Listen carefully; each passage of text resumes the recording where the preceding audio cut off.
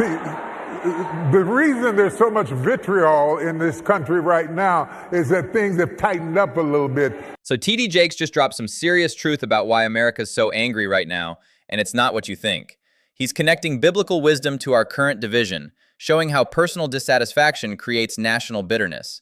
This isn't political commentary, it's spiritual diagnosis.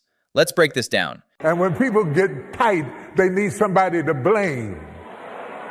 So they want to blame this folk and that folk and this person and that person. This blame psychology explains so much about our current moment. When resources feel scarce, humans historically target the other, whether immigrants, different races, or political opponents.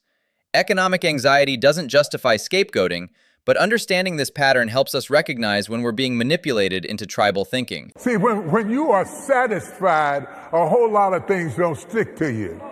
But when you are not satisfied in your own life, you have a tendency to be cynical, to be condescending, to be acrimonious, to have the kind of attitude and disposition that you are hard to get along with. Personal satisfaction directly correlates with political tolerance.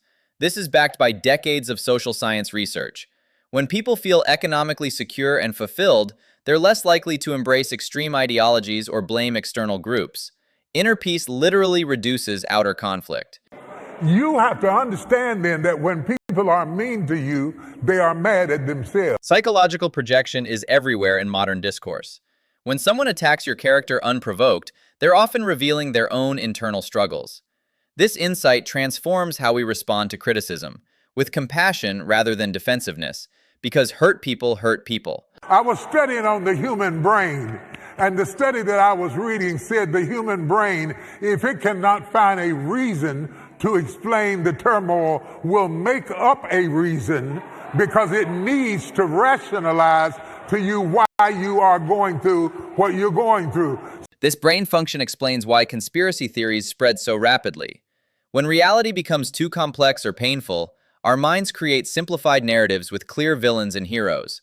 It's cognitive self-protection, but it prevents us from addressing root causes of our problems. You'll be mad at the immigrants. You'll be mad at white people. You'll be mad at black people. You'll be mad at short people. You'll be mad at fat people. You'll be mad at anybody to explain why you're there. Therefore, you feel justified to be in your condition because you have blamed somebody for that condition. Political movements absolutely exploit this blame reflex. Both progressive and conservative rhetoric often redirects legitimate economic anxiety toward cultural scapegoats rather than addressing systemic issues. Recognition of this manipulation is the first step toward authentic solutions that heal rather than divide. And discomfort. And a few days of discomfort didn't compare to decades of living in that hot house. It was so hot we got where we didn't pay it no attention. Hot was normal. My neighbor's house was hot. The Pages that lived up the street, their house was hot.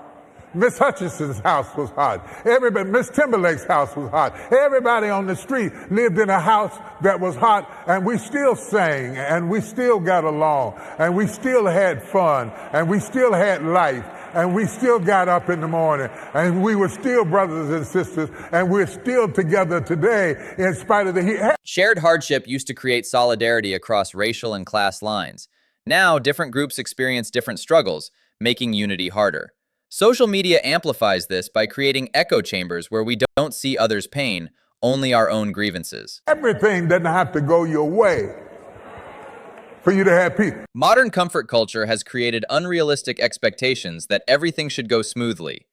Previous generations expected hardship as normal life, so they weren't constantly outraged by obstacles. This entitlement mindset makes every inconvenience feel like injustice requiring political intervention. Now, it's hard to hurt somebody that's been raised in the wilderness. Because when you've been raised in the wilderness, what would send other people back home, you can take it. Adversity builds anti-fragility, the ability to get stronger from stress rather than weaker. Generations raised with struggle developed this resilience naturally. Today's overprotection creates political fragility, where minor disagreements feel existentially threatening, requiring safe spaces and trigger warnings. And as I get ready to close, some of you have been resurrected, but you've been living behind the stone.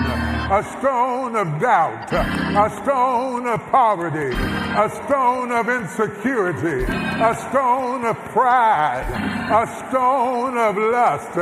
But the Lord said, I'm getting ready to roll the stone out of the way. I know you're in there. You've been in there a long time trying to praise me behind a stone, but I'm going to roll the stone out of your way. This shifts the entire framework from external blame to internal transformation.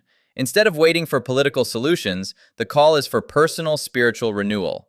History shows lasting social change always begins with individual character transformation, not policy changes alone. Your pride has stopped so many blessings from coming in your life, and you hold on to it for dear life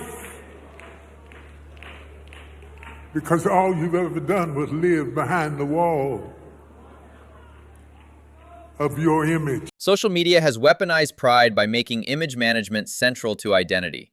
People would rather maintain their online persona than admit struggles or seek help. This pride blocks both personal growth and honest political dialogue about real solutions. Because I want to change in my life. The core message cuts through political noise. Lasting change requires personal responsibility, not political activism alone. Government can't heal broken hearts, insecure minds, or proud spirits. That transformation happens through spiritual renewal, the only revolution that actually sticks.